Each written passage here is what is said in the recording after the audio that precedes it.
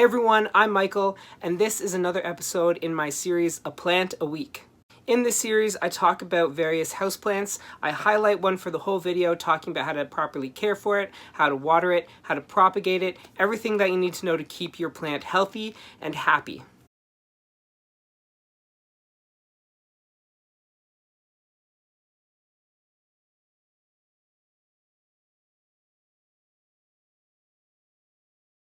Hello everyone, I'm back after just, a little bit of time away.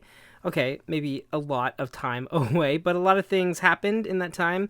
Most importantly, I ended up moving, and that was a huge change to my life and everything going on. But I'm finally back with another video in my Plant a Week series where I talk about the care of different houseplants. And today we're going to be talking about Hoya Pubicalyx. This one here is known as the Royal Hawaiian Purple, named so for the purple coloration on its leaves when they first emerge, and for the deep purple coloration of the flower. However, I believe this one has since reverted. I'm not sure if Royal Hawaiians can revert. I just can't really find an answer on the internet for that one. But it no longer puts out deep purple leaves when they first come in. They're just green. So that kind of makes me think that it has reverted back to just like a regular Hoya Pubicalyx plant, I guess. Despite having Hawaiian in its name, Hoyas are actually native to the Philippines, not Hawaii. So why is this one called the Royal Hawaiian Purple? Oh, I guess I didn't phrase that right. Why is this one called the Royal Hawaiian Purple? Seriously, can someone tell me? Because, again, I can't find anything on the internet. My only guess is that the cultivar was created in Hawaii, but who knows? The internet doesn't seem to have a lot of answers for me today. The care for all the varying cultivars of Hoya Pubicalyx is generally the same, and as far as Hoyas go, they're normally one of the easiest varieties to grow. They enjoy medium to bright indirect sunlight and grow better and faster in a brighter location. It also grows well under artificial light. I've grown mine both under a grow light and in a west-facing window.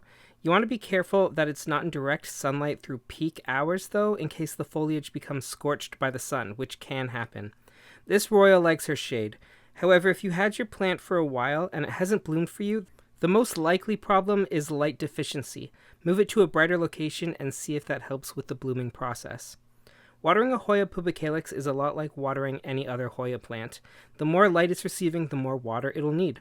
I always check my Hoyas with a moisture meter because I really don't want to overwater them. I did that with a Hoya numerarioides and it nearly died on me. And Hoyas in general are usually more drought tolerant, handling a bit of underwatering way better than overwatering. I generally need to water mine about once a week during the growing season and once every 2 weeks in the winter. Hoyas tend to love humid environments, and the Pubicalyx is no exception. I've actually found that this one needs the most humidity out of all of the Hoyas that I own. Ideally, this plant would want to be in around 60 to 70% humidity. Mine does not get that kind of humidity, even though I have it right beside a little humidifier, and it still grows, but I'm sure the higher the humidity, the better off my plant would be. One of the tells that your Hoya isn't getting enough humidity is the size of the leaves when they first come in. So if they're really thin and long, elongated, they look like gross little beans, it's probably not getting enough humidity.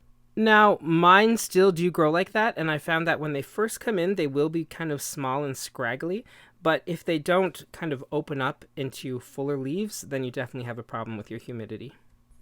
Hoyas tend to be more epiphytic in nature, so the soil you plant your Pubicalyx in should be very well draining. I make all my own soil for this plant and all of my other Hoyas, as this Royal Hawaiian requests, and the general ratio comes out to be 1 part perlite, 1 part potting soil, and 1 part orchid bark, for a total of 3 parts. 3 equal parts. Is that how you say that? I don't know. I just make sure the soil is light and airy, and that when watered, extra water can't sit around and rot to the bottom of my Hoya. I fertilize all of my Hoyas with orchid spray. I found this spray works really well for epiphytic plants, and I use it on my orchids, my air plants, anything that has a more epiphytic nature to it. Usually once a week, when I'm watering, I just take my orchid spray and spray the leaves and the top of the roots in the soil. I've seen so much growth from my Hoyas and orchids just by dousing them with this. Give it a try and see if you notice any difference on the growth and how much growth you get on your Hoyas. The best time to propagate these royals are during the growing season, spring and summer. Take cuttings of the vines, making sure to get nodes. And then there are a couple different ways that you can root them. You can place them in water, Or you can do my preferred Hoya method by placing them in sphagnum moss and leaving the cuttings in a high humid environment. Usually new roots will begin to form about 3 to 4 weeks after taking the cuttings, but I've had some that have taken like months to root. While I haven't had much issue with pests on my Pubicalyx, they are prone to mealybugs and aphids. It's best to keep an eye on your Hoyas just to make sure they're bug-free. And if you spot one, don't hesitate to spray it down with insecticidal soap or a homemade mixture of liquid soap and water. Most Hoyas are toxic, especially the white sap that runs through the stems and bleeds out when the plant is cut. It's best to keep these plants away from children and pests. A royal is to be seen, not chewed on. I've honestly been surprised at the growth this Hoya has produced. These plants are super easy to grow, especially as Hoyas go. I have a few large Hoya carnosa plants, and I'm hoping one day that this Hawaiian Royal, or reverted Hawaiian Royal, whatever it is, will reach their size and give me some of those fragrant purple Hoya blooms. Thanks again for watching. Remember to like and subscribe for similar content. On Mondays, I post videos about houseplants. And on Fridays, I also post videos about houseplants, and reading, writing, photography, art, and any other generic interests of mine. As always, you can find my social media links in the description below.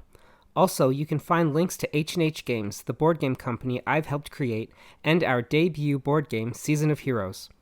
You can also find the Amazon links to my fantasy series, A Chronicle of Crowns. Thanks for watching, bye!